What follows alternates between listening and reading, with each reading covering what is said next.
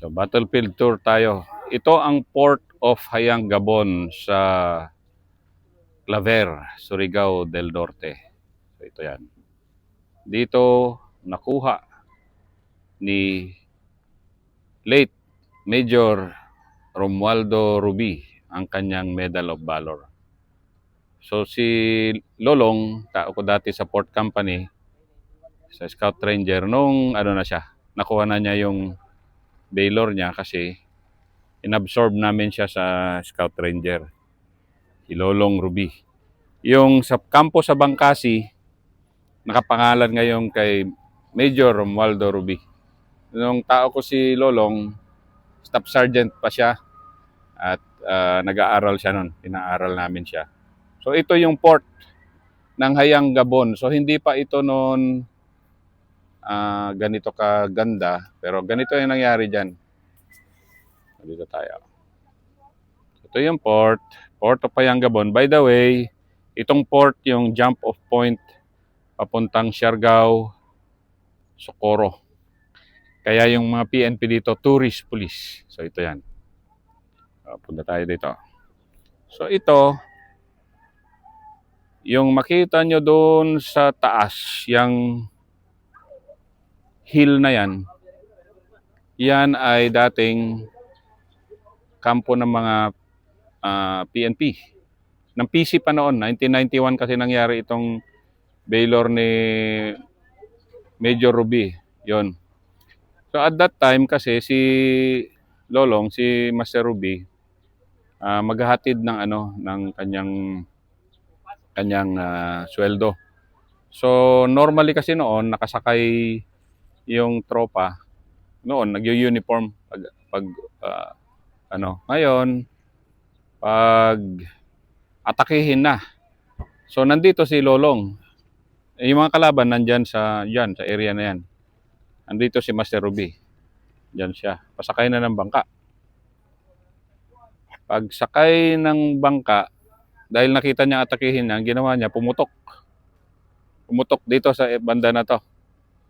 So pagputok niya, nakuha niya yung atensyon ng mga kalaban. So ngayon, ang ginawa ng kalaban, yan. Pero sabi, bakawan pa daw ito dati.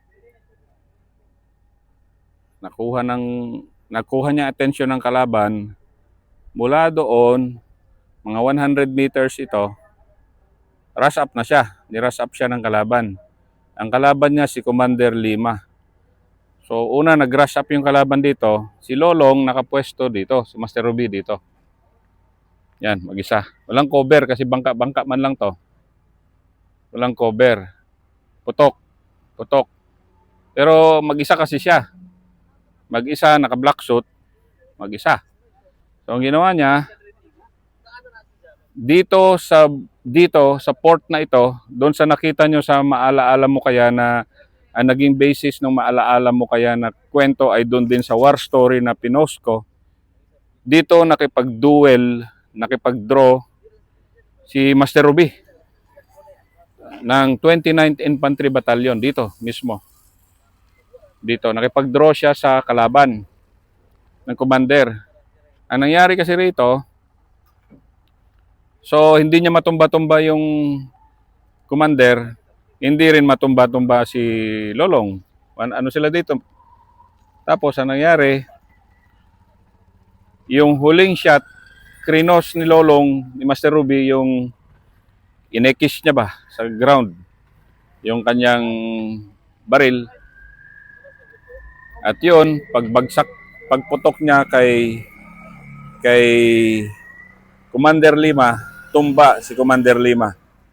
So, ammo expenditure ni Lolong Rubi, Master Rubi dito, kasi tao ko siya, naikwento niya ilang beses to, 27 rounds ang nagamit niya rito. Magmula nung atakihin siya hanggang matapos, 27 rounds. Ang natumba niya dito, siyam. Yan, 27 rounds, siyam. Nung medyo nadedehado na siya at rush up na yung kalaban, kumuha siya ng isang bangka katulad niyan. Yan, actually, nandito kami mismo. And then, yun na siya. Habang pinuputukan siya, dala niya yung bangka sa gilid na bangka. Doon siya ah, nag ano, lumayo. So ito 'yon. So ito yung Port of Hayang Gabon mismo. Dito nakuha ni Major Romualdo Ruby ang kanyang Medal of Valor. Matindi. Ayan yan, no? Open na open. Nirush up siya. Yun yung PC. Laking pasalamat din ng mga PC noon dahil yung nga na-distract yung attention ng PC ng atake dun sa hill na yon.